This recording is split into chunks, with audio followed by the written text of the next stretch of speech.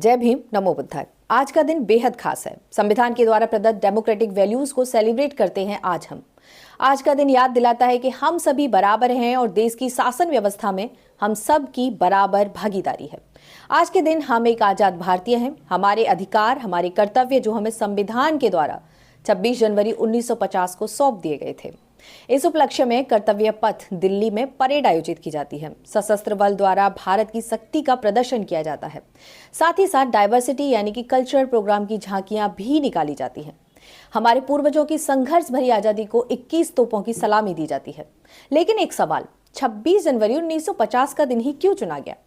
आजादी से पहले बड़े बड़े अधिवेशन हुआ करते थे, यानी कि बड़े बड़े नेताओं की असेंबली हुआ करती थी। ऐसी ही एक असेंबली हुई लाहौर अधिवेशन, जिसमें डिसाइड किया गया कि 26 जनवरी 1930 को पूर्ण स्वराज यानी कि फुल फ्रीडम के रूप में निर्मित किया जाएगा। यानी कि 26 जनवरी 1930 को अंग्रेजी प्रशासन को साफ तौर पर कह दिया गया कि हमें संपूर्ण आजादी चाहिए, आधी अधूरी आजादी नहीं चलेगी। आधी अधूरी आजादी क्यों कह रही हूं, इस पर चर्चा फिर कभी। वह दिन था 26 जनवरी 1930 जब पहली बार तिरंगा झंडा फहराया गया। और इसके ठीक 20 साल बाद 26 जनवरी 1950 को संविधान आधिकारिक तौर पर लागू कर दिया गया।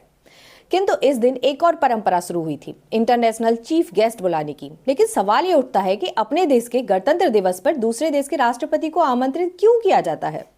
दरअसल ऐसा दूसरे देशों से अपने रिश्तों को मजबूत करने के लिए किया जाता है और गणतंत्र दिवस को बेहतर दिन माना गया है। ऐसे शुरू हुई चीफ गेस्ट बुलाने की परंपरा। लेकिन कैसे किया जाता है? चीफ गेस्ट के चयन की प्रक्रिया 6 माह पहले शुरू हो जाती है। इंडियन एक्सप्रेस के अनुसार भारत के एम्बेसडर रह चुके मानवीर सिंह का कहना है कि चीफ गेस्ट सिलेक्ट करते समय उस देश के साथ भारत के संबंध कैसे हैं, वहां की आर्मी, इकोनॉमी और राजनीतिक कनेक्शन भारत के साथ कैसे हैं, इस प्रकार कई चीजों पर गंभीरता से विचार विमर्श किया जाता है। इसके बाद तय होता है चीफ गेस्ट का नाम और आखिरी मोहर विदेश मंत्रालय के द्वारा लगाई जाती है। इस गणतंत्र दिवस के मेहमान हैं इंडोनेशिया के प्रोबो सुब्रियांतो। इसी के साथ आप सभी को गणतंत्र दिवस की हार्दिक शुभकामनाएं।